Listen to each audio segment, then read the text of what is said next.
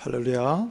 주님의 이름으로 문안을 드립니다. 한 주간도 우리 예수님 때문에 이렇게 힘있게 사시다가 주의 전에 올라오셨는데, 오늘 이 시간이 하나님과 깊이 교제하고 성령의 임재하심을 통해서 우리의 약함과 부족함을 치유하고 회복하는 귀한 시간 됐으면 좋겠습니다. 우리 좌우 옆 사람 서로 축복하겠습니다. 자, 얼굴을 환하게 웃으면서 잘 오셨습니다. 주의 은혜를 받으십시오. 은혜 받으십시오. 이렇게 축복하겠습니다. 아직도 뭐 이렇게 좀 성질이 나 있는 분이 있는 것 같은데, 한 번 더 축복합시다. 은혜 받으며 웃으세요. 이렇게 축복합시다. 오늘은요, 성경주일입니다. 성경주일. 이제 성경의 중요성을 모든 믿음의 성도들이 깨닫고 다시금 그 성경대로 성경을 중심으로 인생을 세워갈 수 있도록 그렇게 도전하고 도전받도록 그렇게 성경주일로 세워서 우리가 지키고 있는 겁니다. 그래서 이 성경주일을 지킴으로 인해서 믿는 자들은 더욱더 말씀을 가까이 하는 그런 인생으로 더 나가게 만들고, 그래서 주님이 말씀을 통해 주시는 그 은혜를 더 풍성히 경험하고 사모하게 만드는 이런 시간을 갖게 되는 것이고요. 또 성경주의를 지킴으로써 불신자들, 말씀을 몰라서 예수를 만나지 못하고 그래서 구원받지 못한 수많은 불신자들에게 성경이 보급되게 하고, 또 성경을 통해서 구원에 이르게 하는 놀라운 역사를 확산시키고자 하는 그러한 새로운 마음, 이런 의식과 도전하는 마음을 갖도록 이렇게 하기 위해서 성경주의를 지키게 되는 것이죠. 여러분, 한마디로 성경은 모든 신앙의 중심이요, 생명의 양식이요, 성경은 인생의 생사화복의 절대 기준이며, 성경은 그 무엇보다도 인생이 시작부터 끝까지, 그리고 하나님 나라에 이를 때까지 절대적으로 필요한, 그리고 필요 충분한 그런 말씀을 우리가 깨닫고 나가야 할 줄로 믿습니다. 그래서 오늘 성경주의를 지키면서 다시 말씀으로 돌아가서 절대적인 이 말씀을 절대적으로 삶의 기준으로 삼고, 그 말씀을 통해서 주시는 생명의 능력, 그 다음에 축복의 은혜를 경험할 수만 있다면 이것처럼 아름다운 주일은 없는 것이죠. 여러분, 미국의 초대 대통령이었던 조지 워싱턴은요, 그런 얘기를 했습니다. 말씀 없고 성경 없이, 하나님 없이, 한마디로 성경 없이 세계를 잘 통치하는 바른 정치가 가능한가? 한마디로 불가능하다고 그랬어요. 성경 없는 정치란 항상 바른 것 같으나 잘못 나가게 돼 있다는 거죠. 성경 없는 정치란 항상 국민을 생각하는 것 같으나 결국 이기적인 개인의 목적 또는 소수의 집단의 목적을 추구할 수밖에 없다는 것입니다. 그래서 성경이 모든 정치와 통치 사역에 있어서 절대적인 기준이 된다는 말이에요. 여러분, 미국의 독립선언문을 기초했던 토마스 제퍼슨 대통령, 3대 대통령이잖아요. 그 사람은 그런 얘기를 했습니다. 우리가 오늘 상황이 어떻든지 간에, 예컨대 시민의 상황이 어떤 상황이든지 아니면 아버지의 상황 또는 남편으로서의 상황과 형편이 어떠하든지 간에 오늘보다 더 나은 시민이 되고, 오늘보다 더 나은 아버지가 되고, 오늘보다 더 나은 남편이 될 수 있는 길이 있는데, 그것은 내가 대통령을 해보니까 딱 한 가지밖에 없더라. 그것은 뭐냐면 하나님의 말씀, 생명의 말씀, 생사복의 절대 기준이 되는 하나님 말씀을 열심히 전심으로 대충인 것이 아니라 정독하는 사람은 반드시 오늘보다 더 낫게 된다, 그런 얘기를 했습니다. 동의하십니까? 저도 동의합니다. 오늘 저와 여러분의 상황이 어떠하든지 간에 적어도 오늘보다 더 나은 인생, 더 나은 사람, 더 나은 아버지, 더 나은 아내, 더 나은 남편이 되기를 원하면은 어디로 가야 되느냐? 생명의 말씀인 성경 말씀을 열심히 전심으로 일단은 정독, 열심히 처음부터 끝까지 읽는 거예요.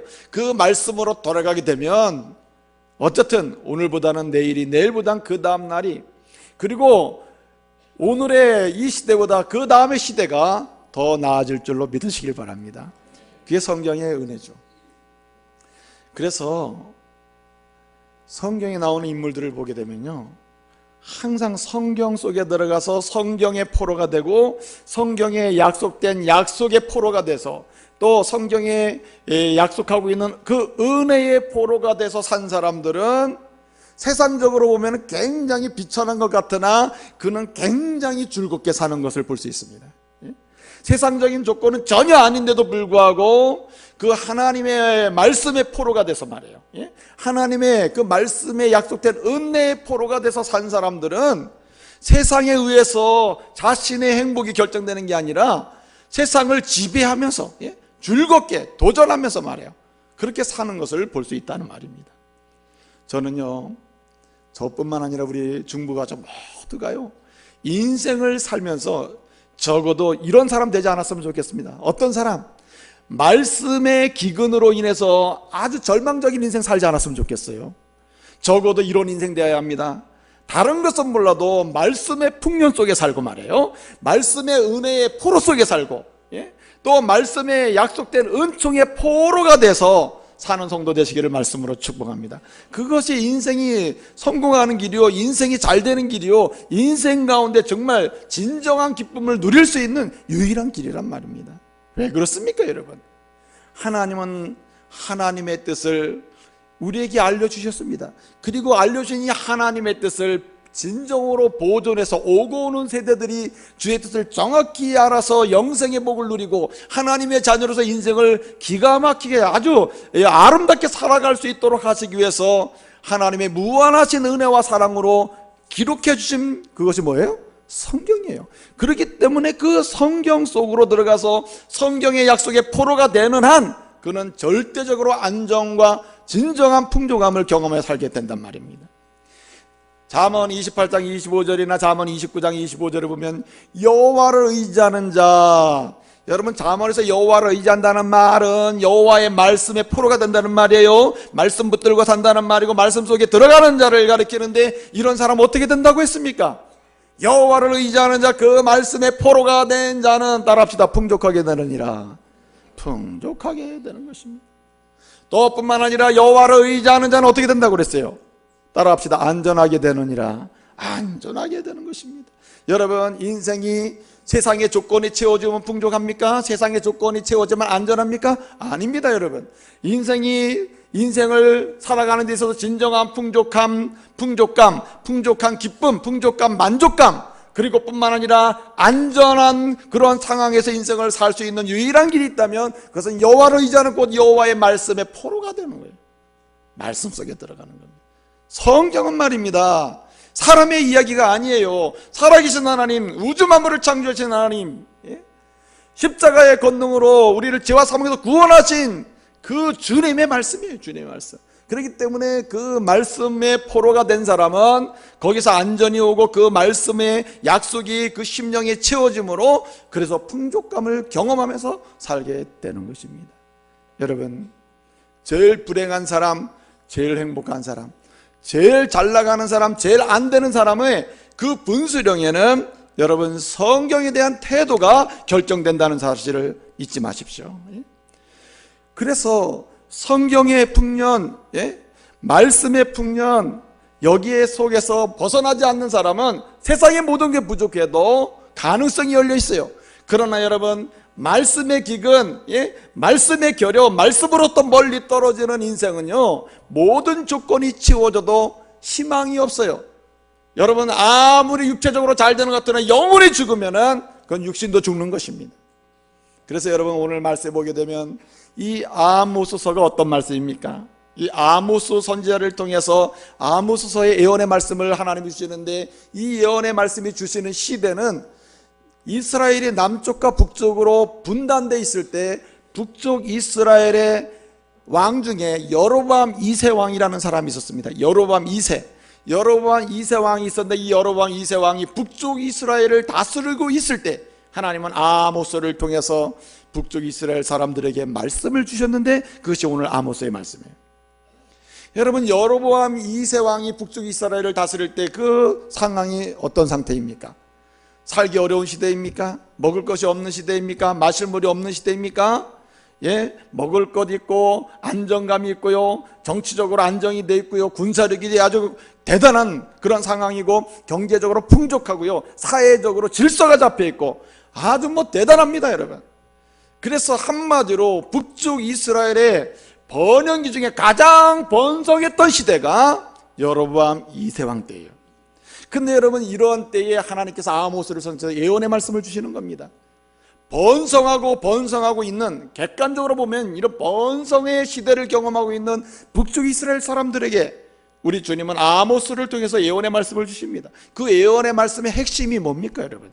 한마디로 북쪽 이스라엘을 향한 하나님의 심판이 임박했다, 이 말씀을 예언으로 주시는 거예요. 고개를 한번 앞뒤로 이렇게 흔들어 봅시다. 이렇게. 예, 예. 자, 고개를 그렇게 드세요. 왜 그런지 아세요? 계속 떨고서 그래요, 이렇게. 이제 시작한 지 5분밖에 안 지났는데 이렇게 떨구면, 여러분, 제가 이렇게 떨구면서 설교하면 여러분 듣겠어요? 근데 말입니다, 보세요. 이런 여로보암 2세 왕 때는 정치, 경제, 사회 굉장히 번영기예요. 근데 하나님은 이러한 이스라엘에게 심판이 임박했다, 심판이 임한다고 예언을 하십니다. 5가지 환상을 보여줘서 말씀하거든요. 그 5가지 환상 중에 오늘 본문 말씀까지는 네 번째까지 환상이 왔는데, 그 5가지 환상이 뭡니까? 첫 번째는 메뚜기 재앙 환상. 그러니까 메뚜기 떼가 말이야, 북쪽 이스라엘을 그냥 확 덮여가지고 그냥 먹을 만한 것은 다 뜯어먹게 하는 거예요. 이런 재앙의 환상을 보여줘요.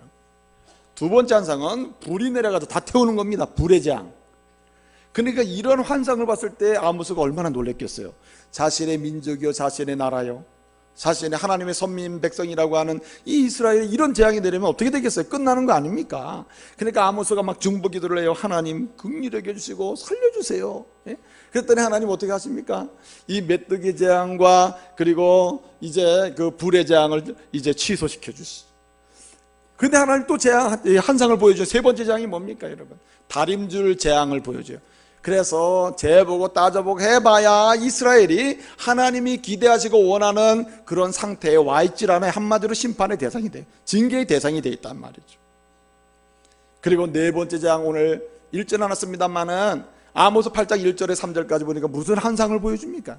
그 환상의 내용은 광주리 하나가 이렇게 쫙 있는데, 이 광주리에 말이에요, 여름 과일, 여름 실과가 가득히 담겨 있는 겁니다. 이 환상을 딱 보여줘요. 설명도 없어요. 그냥 여름 실과가 가득히 담겨 있는 거예요. 그리고 말씀하시기를 이스라엘의 끝이 오리라, 이렇게 말씀하십니다. 아니, 여름 실과 환상을 보여준 다음에 이스라엘의 끝이 온다니, 이게 무슨 말입니까? 여러분, 이 여름 실과는요, 이스라엘 나라에서는요, 이 여름 실과가 마지막으로 수확하는 겁니다. 수확의 마지막은 여름 실과예요. 이스라엘의 계절상 그렇다, 이 말이죠. 그러니까 여름 실과를 가득히 딱 담았다는 말은 이제 이스라엘의 추수가 뭐예요? 끝났다는 거예요. 마지막에 왔다는 얘기거든요.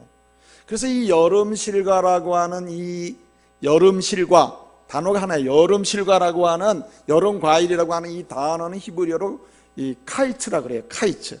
카이츠라고 그러는데, 히브리어로 끝이라는 단어, 이제 마지막이다, 끝이다, 이제 끝났다, 이 끝이라고 하는 단어를 히브리어 또 뭐라고 읽냐면, 스펠링은 다른데 발음은 같아요. 카이츠 또는 캐츠라고 불러요. 그러니까 왜 여름 과일 한강줄이 환상을 보여줬냐면, 문자, 발음을 통해서 끝을 설명하는 환상이에요. 이게 좀 어려운 말이지. 여러분, 우리나라 말로 하면 좀 이해가 안 되는데, 히브리어로 하면 같은 발음의 단어를 통해서 하나님이 주시고자 하신 뜻을 전달하는 거예요. 한마디로 끝이 왔다, 심판이 임박했다 하는 것을 보여주는 겁니다. 자, 그러면 여러분, 얼마나 아모스 입장에서는 정말 두렵고 떨리는 일입니까? 지금 잘 나가는 이스라엘, 잘 사는 이스라엘, 뭔가 번영하는 이스라엘, 뭔가 안전한 이스라엘, 군사적으로 강국인 이스라엘, 부족함이 없는 이스라엘인데 여기에 끝이 오고 심판이 만다니 얼마나 두려운 사실이에요. 근데 여러분, 하나님께서는 더 놀라운 사실을 알려줘요. 더 놀라운 말씀을 주시는데 그것이 뭐냐면 오늘 11절부터 나오는 말씀이 뭡니까 여러분? 내가 이스라엘 땅에 뭘 보내리니?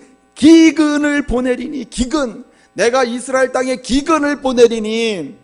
양식이 없어서도 아니고 물이 없어서도 아니다. 예? 양식이 없어서도 기갈이 아니고 물이 없어서 기갈이 아니다. 뭐가 없어서? 여호와의 말씀을 듣지 못해서 기갈이 왔다 그랬어요. 그게 무슨 얘기입니까 이게? 지금까지는 첫 번째, 두 번째, 세 번째, 네 번째 환상을 통해서 인간이 먹고 사는 데에 필요한 것을 다 제거함으로써 하나님이 이스라엘을 심판하신다는 무서운 말씀을 주셨습니다. 그런데 우리 하나님 말씀하시기 이것은 심판도 아니다 하는 말이에요. 별거 아니에요 사실은. 먹고 사는 문제, 음식이나 물로 우리를 책망하는 건 별거 아니에요. 이건 육신적인 고통을 당하는 거예요. 근데 정말 중요하고 무서운 심판은 뭐냐? 뭐가 없는 거예요? 말씀이 없는 거예요. 말씀에 기근이 들고 말씀을 듣지 못하는 기갈이 오면 그 영혼이 죽음으로 결국은 육체도 죽고 사회가 무너지는 것입니다. 그래서 여러분 결과적으로 어떻게 됐습니까? 이 예언의 말씀대로 이스라엘 사람들은, 이 북쪽 이스라엘은요, 말씀이 임하지 아니함으로 말씀을 듣지도 먹지도 마시지도 못하게 되므로 어떻게 됐느냐? 결국 북쪽 이스라엘은 멸망하게 되고 북쪽 이스라엘 사람들은 다 흩어져 버리게 만 거예요. 다시 회복되지가 않았습니다 여러분. 남쪽 유다도 멸망을 했죠, 바벨론에게. 그러나 남쪽 유다의 북쪽 이스라엘과 다른 게 하나 있습니다. 그것은 뭐냐면 적어도 하나님의 말씀의 기근은 오지 않았어요. 이게 특이한 겁니다 여러분. 정치적, 사회적으로 또는 무슨 국가적으로 멸망은 왔으나 적어도 말씀의 기근이 오지 않았다는 거예요. 여러분, 그렇기 때문에 성도라면 무엇을 우리가 기억하고 주의해야 되느냐? 적어도 인생을 살면서, 성도로서 살면서, 하나님의 자녀로 살면서, 하나님의 백성으로 이 시대를 살면서 내 평생에, 내 인생 여정 속에 적어도 말씀의 기근을 경험하지 않게 해 주시옵소서. 예? 말씀의 기근만큼은 피하는 성도 되게 해 주십시오. 말씀의 기근만큼은 경험하지 않고 그 말씀의 기근 속에 빠지는 불행한 성도 되게 하지 말아달라고 이런 기도를 해야 하는 거예요. 이런 성도가 되어야 합니다. 거꾸로 어떡합니까? 말씀의 풍성 속에 살고 말씀의 은혜 속에 살고 말씀의 약속의 그 은총 속에 포로가 돼서 그것을 누리며 사는 성도가 되기를 소원하시기를 말씀으로 축복합니다. 그렇기 때문에 우선적으로 필요한 것은 뭐냐면 말씀의 풍성함으로 살아야 됨에도 불구하고 말씀의 기근을 피하는 성도가 되어야 돼요. 말씀의 기근이 내게 임하지 않게 하는 성도가 되어야 한다 이 말이에요. 그래서 여러분, 말씀의 기근을 경험하지 않는 인생을 사는 것, 오히려 말씀의 풍성함과 은총의 풍성함을 경험하면서 그 은혜로 인생을 살 수 있다면 이것처럼 복된 일이 없다는 겁니다. 그럼 어떻게 하면 여러분, 오히려 말씀의 풍성을 경험하면서 인생을 살면서 말씀의 기근만큼은 피하고 그 말씀의 기근 속에 빠지지 않냐고 그 말씀의 풍성함과 약속된 말씀의 은혜 속에서 살 수 있느냐 말이에요. 두 가지 잘해야 됩니다. 오늘 아모스를 우리가 묵상하면 두 가지를 큰 흐름으로 강조하는데 첫 번째는 뭐냐면 말씀을 잘 먹어야 됩니다. 그래서 늘 말씀을 먹는 사람은 어떻게 되느냐? 말씀의 기근을 피하게 되고 오히려 말씀에 약속된 은총은 경험하게 되는 것이죠. 여러분 8장 1절을 보게 되면 오늘 말씀 뭐라 그럽니까? 여호와께서 아모스에게 뭘 보여주세요? 주의 말씀을 보여주시잖아요. 여호와께서 내게 보여주셨다고 했습니다.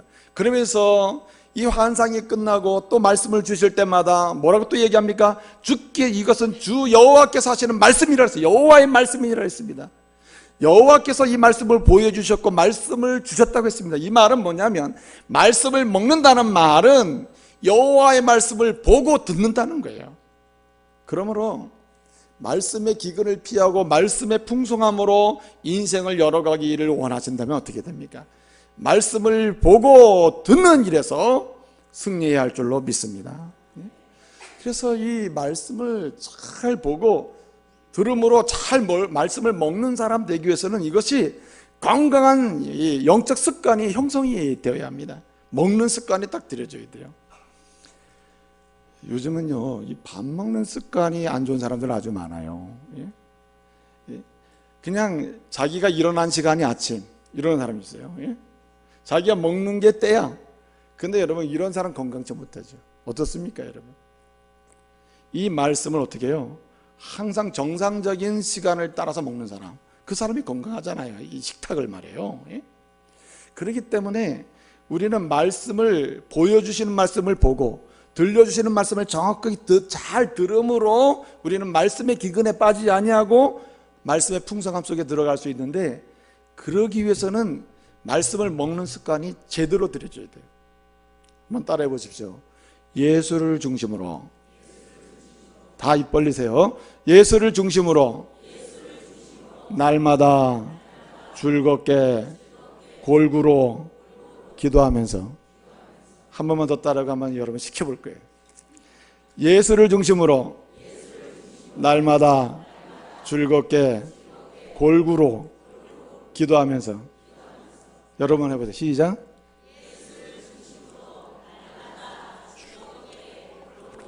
기도하면서. 아주 잘하셨어요. 여러분, 하나님의 말씀을 보고 들음으로 먹어야 되는데, 이것을 잘 습관을 들여야 돼요. 그러기 위해서 어떻게 되느냐? 첫째로 예수 중심으로 성경을 봐요. 예수님을 중심으로 성경을 보고 들어야 됩니다. 여러분, 창세기 1장 1절부터 요한계시록 마지막 절까지 모든 성경은 누구를 증언하냐면 예수를 증언하는 거예요. 그래서 여러분, 예수님의 이름이 나오지 않는다 하더라도 그 말씀 구절과 구절 사이에, 행간과 행간 사이에, 그 말씀 문자 속에 누가 들어있느냐? 예수님이 계심을 믿으시길 바랍니다. 그래서 성경을 볼 때 그 말씀을 정상적으로 먹고 마실 수 있는 사람은, 그래서 그 말씀에 약속된 은총을 경험한 은총의 포로로 살 수 있는 사람은 누구냐? 성경을 먹을 때마다 예수를 만나는 사람이에요. 여러분도 다 아시겠습니다만 머리를 빡빡 깎으시고, 얼마 전까지만 해도 TV에서 말이죠, 동양의 고전을 아주 해석을 잘해가지고 많은 사람들에게 감동을 준다고 하는 어떤 선생님이 계셨습니다. 근데 그분이 신학도 공부해서, 신학도 뭐 하버드에서 공부하고 도쿄 대학에서 공부하고 심지어는 대만 대학에서도 공부하고, 뭐 하여튼 동양의 고전이라는 건 다 섭렵한 사람이에요.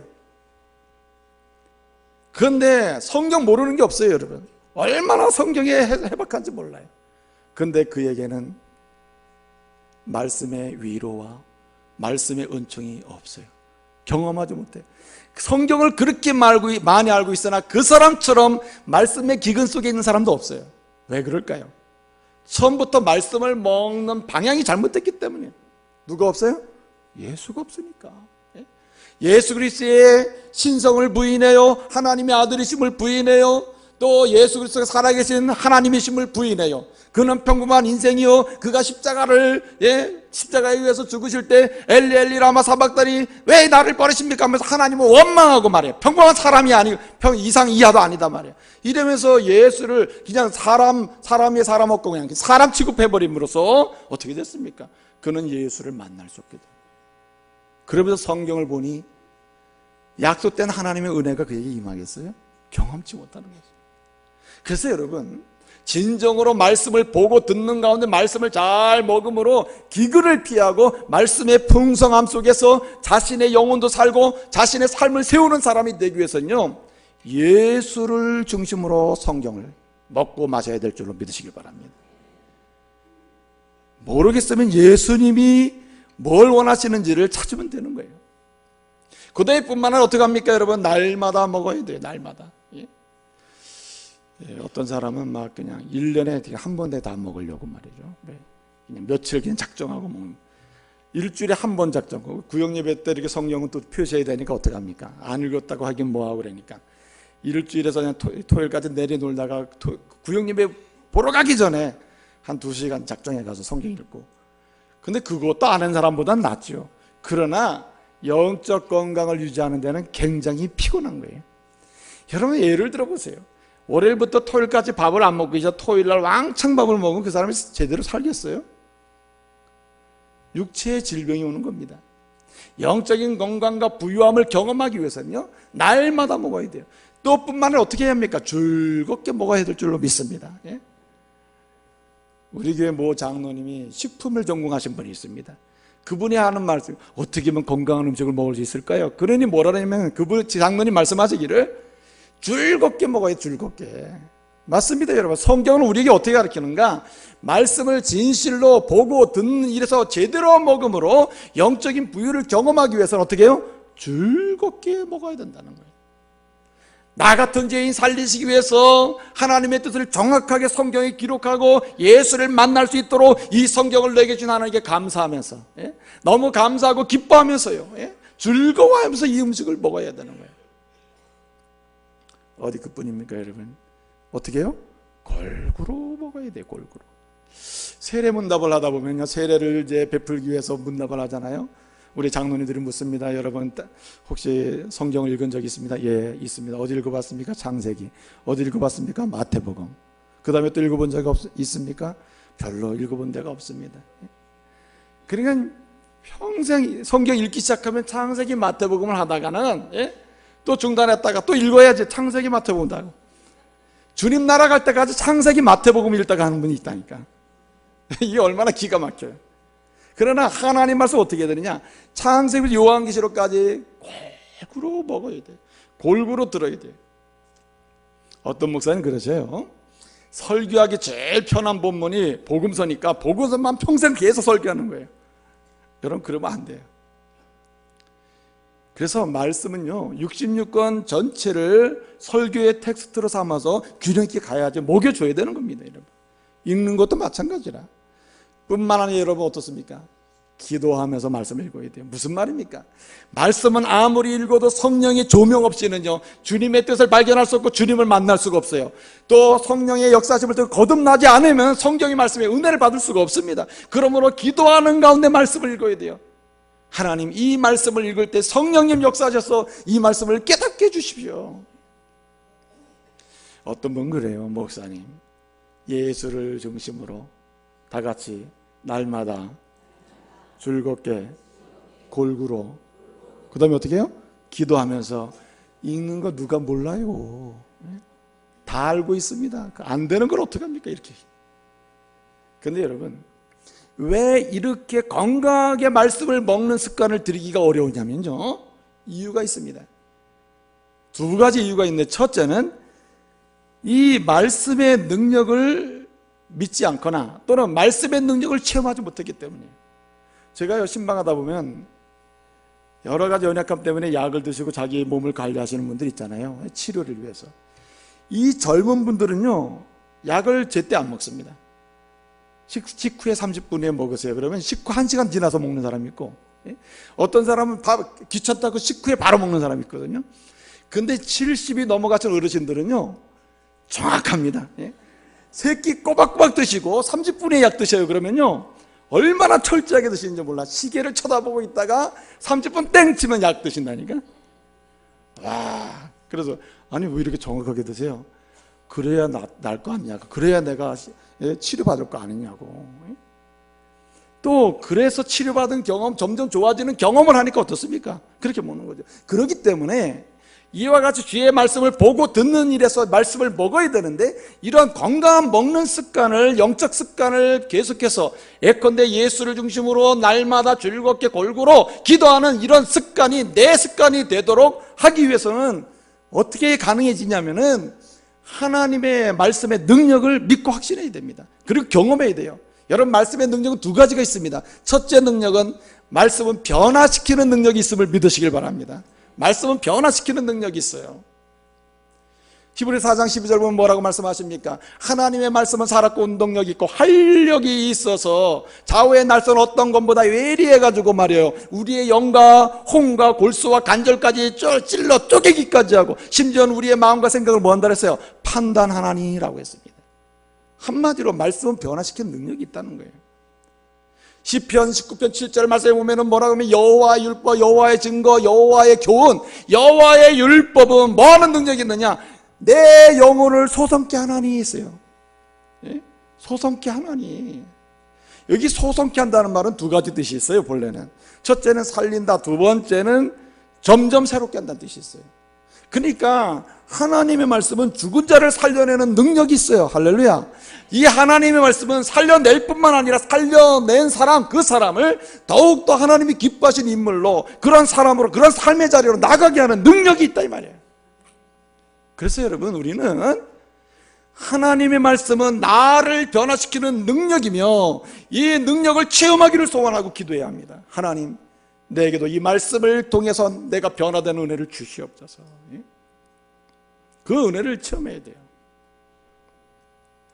야고보서는 이렇게 얘기합니다. 1장 18절에서 그가, 하나님이, 우리 주 예수님이 진리의 말씀으로 우리를 낳았다고 했어요. 무슨 얘기입니까? 우리가 죄인에서 의인이 되고 마귀의 자녀에서 하나님의 자녀로 태어나고 거듭나고 새로워지는 역사는 뭘 통해서? 진리의 말씀입니다. 진리의 말씀은 우리를 다시 태어나게 하는 능력이 있는 것입니다. 변화시키는 능력이 있는 것이죠. 여러분, 진리의 말씀은 어떤 능력이 있습니까? 변화시키는데 우둔한 자로 하여금 지혜롭게 하고 명철하게 하는 능력이 있다 그랬어요. 그래서 시편 119편요 99절 또는 100절을 보게 되면 뭐라고 얘기합니까?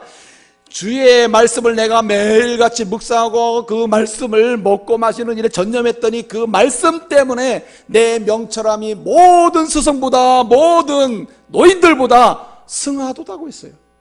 여러분, 석박사까지 했다고 해서 지혜로워지는 것도 아니고 명철해지는 게 아니에요. 세상을 살면서 진정한 필요한 지혜와 명철은 어디서 오냐면 말씀으로부터 오는 줄 믿으시길 바랍니다. 말씀은 사람을 그렇게 변화시켜 놓는 거예요. 그렇기 때문에 이 말씀의 능력을 한번 체험하고 나면요, 사람이 말씀을 먹지 않을 수가 없어요. 예수를 중심으로 날마다 즐겁게 골고루 기도하면서 먹으려고 애를 쓰게 돼요. 왜? 말씀의 능력이 나를 이렇게 변화시키고 있다는 것을 한번 체험하고 그것을 믿고 나면요, 달라지게 되는 거예요. 누가복음 5장에 보면요, 베드로 이야기가 나와요. 베드로가 어떻게 합니까? 베드로가요, 힘들게 이것저것 해도 안 되거든요. 그런데 우리 주님이 깊은 데로 가서 그물을 던져라. 그 말씀을 의지해서 그물을 져서 고기를 잔뜩 잡습니다. 그리고 나서 어떻게 됩니까? 그는 어부에서 사람을 낚는 어부로 완전히 바뀌어요. 가치가 바뀌고 인생의 목적이 바뀌어요. 그렇게 사람을 확 바뀌게 만드는 게 뭐예요? 말씀이라는 거예요. 말씀. 이런 은혜를 한번 체험하고 나면요, 사람이 달라지기 시작해요. 여러분은 혹시 여러분의 삶의 여정 속에서 흔들리고 있으며 또는 질병 때문에 아파하고 불치의 질병 때문에 좌절합니까? 여러분, 사업 때문에 넘어져 있습니까? 관계 때문에 다 좋은데 나는 부부관계가 문제고 자녀관계가 문제고 또는 인생의 동료관계가 문제고 관계가 깨어져서 난 문제야, 살맛이 안 나, 이러는 분이 있습니까? 여러분, 그런 모든 깨어지고 넘어지고 불가능해진 모든 상태를요, 회복시켜서 새롭게 만들어 놓은 능력이 말씀에 있음을 믿으시길 바랍니다. 그래서 여러분, 여러 가지 일이 생길 때 사람을 붙들고 풀려고 하지 마시고, 문제가 생길 때 자신보다 더 나은 세상의 권력이나 힘 있는 자를 붙들고 하려고 하지 마시고 먼저 우리 주의 말씀을 찾아야 될 줄로 믿습니다. 그 말씀 붙들고 들어가서 주의 말씀은 살리는 능력, 새롭게 하는 능력, 더하는 능력, 새롭게 변화시키는 능력이 있음을 믿습니다. 이 능력도 체험하게 해 주시옵소서. 그러는 가운데 은혜를 체험하면요, 사람이 말이에요, 말씀 없이는 살 수가 없게 되는 거예요. 이 말씀의 능력 중에 또 하나가 뭐냐면 사람을 행복하게 하는 능력이 있습니다. 행복하게 하는 능력이 있어요. 그래서 시편 110편 92절을 보게 되면 뭐라고 말씀합니까? 주의 율법이 내게 즐거움을 주지 않았다면 내 고난으로 인해서 내가 멸망했을 것입니다. 상황은 멸망의 상황이요, 완전히 세상적 객관적인 상황은 전혀 어둠의 상황인데 그 주의 말씀이 뭐가 돼요? 내게 즐거움이 되고 행복이 된다는 거예요. 여러분, 너무 고단하고 공고하고 피곤하고 현실적으로 문제가 풀리지 않을 때 여러분, 그때 말씀의 은혜를 누리시길 바랍니다. 그때 거기서요, 세상은 전혀 변동이 없으나 이 말씀은 내 영혼을 변화시켜서 변동시켜가지고요 굉장히 즐겁게 만들어주는 거예요.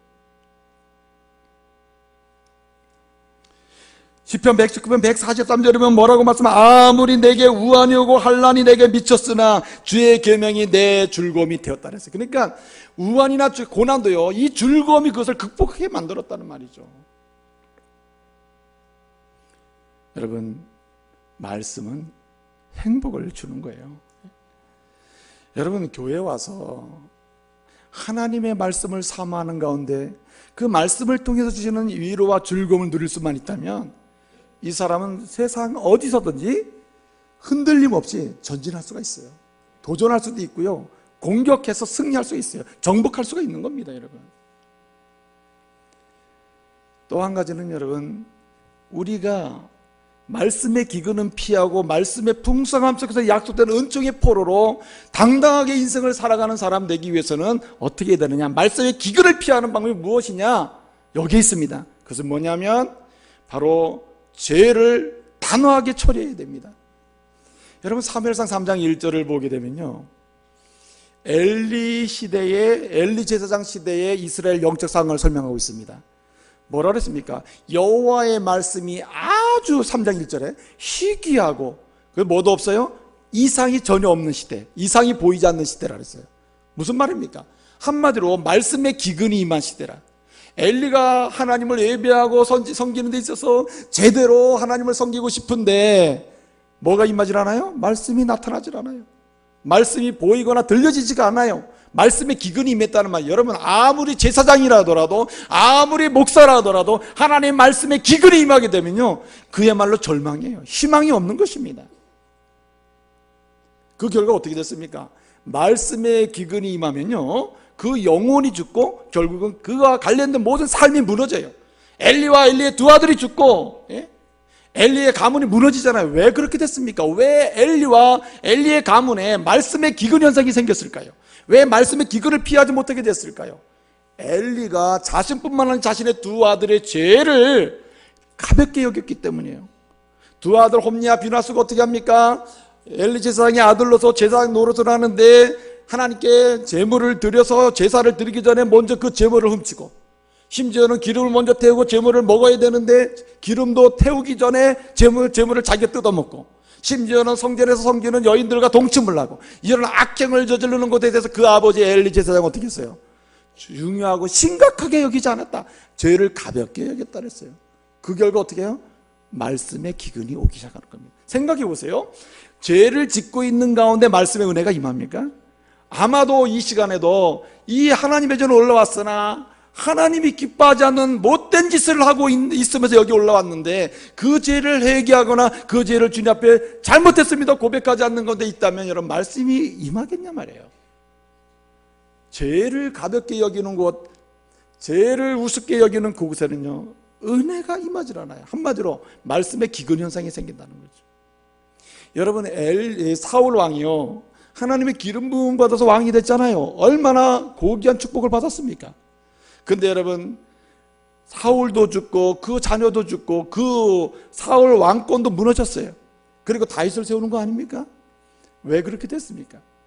사무엘상 28장 6절을 보게 되면 사울이 얼마나 답답했으면 여호와께 구합니다. 하나님, 내게 말씀을 주십시오. 하나님, 말씀해 주십시오. 응답해 주십시오 얘기해요. 그랬더니 뭐라고 말씀하십니까? 사울이 그렇게 여호와께 구하였으나 꿈으로도 나타나지 아니하시고 우림으로도 나타나지 아니하시고 선지자를 통해서도 말씀하지 않는다라고 했어요. 무슨 말입니까? 사울 왕에게 기근이 임했다. 기근이. 뭐 때문에? 말씀에 불순종한 죄를 회개하지 아니하고 방치하고 죄를 우습게 여겼기 때문에 그 결과가 그렇게 됐다는 겁니다. 그래서 말씀의 기근은 피하고 그 말씀의 은혜의 포로로 승리하는 인생을 살기 위해서 어떻게 되느냐? 적어도 자신이 지은 죄를 가볍게 여기면 안 되고 죄를 신속하게 회개하면서 죄를 단호하게 잘라내는 이런 성도가 되어야 할 줄로 믿습니다. 죄와는 처절하게 싸울 수 있는 사람이 되어야 돼요. 그럴 때 여러분, 하나님은 그를 통해서 일하시는 겁니다. 시편 119편 29절을 보게 되면 시편 기자가 얼마나 이 사실을 깨달았으면 뭐라고 고백합니까? 내게 거짓행위가 내게서 떠나가게 하시고 그 뒤로 주의 은혜가 내게 오게 해주십시오. 말씀의 은혜가 오려면 이 거짓행위가 떠나가야 되오니 주여 잘라내게 해달라고 얼마나 애타는 심정으로 기도했단 말입니까? 죄가 있으면 안 되니까. 그래서 우리가 왜 때로는 죄인 줄 알면서도 죄를 방치하고 죄를 가볍게 여기고 죄를 잘라내지 못하는가를 조사를 좀 해가지고요, 죄를 잘라내지 못하게 만드는 요인에 대해서 단호하게 그것과 싸울 수 있어야 됩니다. 그래야 말씀의 은혜가 임하게 되고 기근으로부터 피하게 돼요. 여러분 보세요. 사람이 죄를 지면서 죄인 줄 알면서도 죄를 방치하고 그렇게 놔두는 이유 중에 하나가, 잘라내지 못하는 이유 중에 하나가 누구 때문이냐면 친하게 지내는 사람 때문에 그래요. 친하게 지내는 사람 때문에 그랬다고. 내가 평상시에 늘 친하게 지내는 사람과 관계 속에서 죄를 짓고 있잖아요. 그럼 이 죄 잘라내기 쉽지가 않아요. 근데 여러분, 우리 아브라함처럼 살아야 돼요. 아브라함은 하나님 말씀하십니다. 너는 본토 친척 아비 집을 떠나라. 내가 사는 그 땅 자체가 죄악이 간용하고 우상이 난무하는 그곳이 아니냐. 내가 말씀의 풍년 속에 말씀의 은총의 포로로 인생을 승리하며 살기로 원한다면 네가 믿음의 사람으로 나오기 위해서는 그 자리에서 어떻게 떠나라고 얘기하잖아요. 인정을 보지 않는 거죠. 거기 본토 친척 아비가 있어요. 그렇다고 여러분 다 떠날 필요는 없어요. 지금 다 어떻게 해야 합니까? 인정을 보지 말고 제 문제는 풀어라 하는 거예요. 예? 또 뿐만 아니라 환경에 따라서, 예? 상황에 따라서, 상황 때문에 지금 내 상황은 그럴 때가 아닙니다 이러면서 죄를 끊지 못하는 사람이 있어요. 예? 저는 참 안타까운 경우가 있어요. 그 제가 우리 성도 중에 교회 등록은 되어 있는데 그 아내가 그렇게 힘들어하는데 그 남편은 계속해서 딴 데 가서 못된 짓 한단 말이에요. 그래서 제가 때로는 가가지고 그냥 말씀으로 약간 이업도 하고 겁도 주고, 예? 당신 이렇게 살면 하나님이 어떻게 하는지, 이게 마지막이 어떻게 되는지 모르냐고, 예? 마지막이 끝나는 거다, 영원히 끝나는 거다 말이야. 그러니까 빨리 돌아오라고 말이야. 예? 안 돌아와요. 안 돌아와. 그러면서 하는 말이, 내가 산 지가 몇 년인데 저 사람 그럼 어떡하냐고, 내가 저 여자 어떡하냐고, 예? 어떻게 그냥 알아서 살게 해야지. 그러니까 네가 환경 속에서 어떡하냐고, 저 사람 어떡하고, 이런 환경에서 어떡하냐고, 이런 식으로 얘기하거든요. 근데 여러분, 그렇게 되는 한 죄는 못 끊어요. 잘라낼 수가 없어요. 단호하게 처리할 수 없어요. 그 사람은 죄의 포로가 돼서 은혜를 나눌 수가 없어요. 어떻게 합니까? 사정을 보지 말아요. 사정을. 사정 보지 말아야 돼요. 사정 보지 말고. 그 다음에 또 어떻게 합니까? 보통 사람이 죄를 끊지 못하는 이유가 감정 때문이에요. 감정을 조절을 못하면 그렇게 되는데, 여러분 그 민수기 20장을 보게 되면은 거기 이 모세가 말입니다. 그 신광야 가데스라고 하는 곳에 이스라엘 백성이 도착했거든요. 거기서 이제 미리암이라는 사람이 죽고 나서 백성들이 이제 불평을 하기 시작해요. 뭐냐면 우리에게 마실 물이 없다. 물 달라 그래요. 물 달라. 그런데 이거 적당하게 모세 선생님이요, 우리의 지도자요, 물을 좀 어떻게 구했으면 좋겠다 이렇게 하는 게 아니라 원망과 탄식과 분노와 조롱을 하면서 해요. 그럼 모세 입장에서 얼마나 화가 나겠어요. 그럼 모세가 하나님께 구하면 하나님 어떻게 하면 하나님께서 말씀을 하시죠. 저 반석에게 명하여 물을 내라. 그리고 백성으로 하여금 마시게 하라. 잘 들어보세요. 반석에게 뭐하여? 명하여. 이 명하여라는 말은 대단히 중요해요. 하나님의 말씀과 그 말씀의 거룩함으로 역사를 일으키라는 말이에요. 근데 여러분, 모세가 얼마나 화가 났으면, 예? 감정을 조절하지 못하고 정말 때가 더럽고 화가 나고 말이야. 저 사람들과 내가 함께 죽자서 여기까지 왔다는 말인가. 그러면서 지팡이를 들어서 막 반석을 명하여 말씀으로 물을 내라고 했지 누가 치라랬냐고. 그러자 막 분노해가지고 두 번을 꽝꽝 치고, 그리고 뭐라고 했어요? 마셔라 마셔. 그리고 했단 말이에요. 하나님이 어떻게 했습니까? 그러한 행위에 대해서, 하나님의 말씀의 능력과 그 거룩함을 드러내지 않는 모세에 대해서 하나님 그 건에 대해서 책망을 했습니다. 그리고 그 일로 인해서 가나안 땅에 들어가지 못하고 광야에서 죽게 된 것 아닙니까? 그렇게 감정이 곧 죄를 끊지 못하게 하는 하나의 과정이 된다는 말이에요. 저는요, 상담을 해보면 그런 얘기를 종종 들어요. 목사님 말씀은 다 알아듣겠는데요, 이렇게 얘기합니다. 제가 이렇게 목사님 얘기는 다 알아듣겠고 목사님 말씀이 맞습니다. 그러나 내 마음은 아니에요. 그래서 시어머니 용서할 수 없다는 거야. 그래서 남편 용서할 수 없고 그러거든요. 그 감정이 계속 미움과 질투와 저주의 죄를 짓게 만드는, 그러는 동안은 뭐가 일어나지 않습니까? 말씀의 은혜가 임할 수가 없게 되는 거죠. 여러분, 말씀의 은혜와 이 죄의 역사는 절대 함께할 수가 없습니다. 그러므로 죄를 단호하게 회개하면서 신속하게 잘라내는 사람일수록 하나님의 말씀의 풍성함과 그 말씀을 통해 주시는 약속의 은총의 포로가 될 줄로 믿으시길 바랍니다. 이제 말씀을 마치겠습니다. 프란시스 베이컨이라고 하는 사람은 경험주의 철학자인데 그 사람은 경험을 대단히 중요하게 여긴 사람입니다. 그런 얘기를 했습니다. 책을 읽을 때 어떤 책은 음미할 만한 게 있다. 그때는 음미하고 버려라. 또 어떤 책은 그냥 마셔버릴 정도로 가치 있는 책이 있다. 그때 마셔버려라. 그러나 정말 한두 권, 인생을 살면서 한두 권 어떤 책은 씻고 소화시켜서 반드시 먹어야 될 책이 있다. 그런 책은 소중하게 다뤄라. 그런 얘기를 했어요. 근데 여러분, 정말 씻고 소화시켜가면서 소중하게 다뤄서 먹어야 될 책이 세상에 뭐가 있습니까, 여러분? 성경밖에 없는 줄 믿으시길 바랍니다. 왜 그렇습니까? 성경 속으로 들어가면 예수를 만나고 예수의 피의 능력으로 내 영혼도 살고 내 영혼이 하나님의 은혜를 누릴 수 있는 잘되는 영역으로 나가게 하는 능력이 말씀에 있기 때문이에요. 성경주의를 통해서 다시 여러분의 삶의 자리에서 말씀을 먹는 역사가 일어나길 바랍니다. 어떻게 말씀을 먹어야 합니까?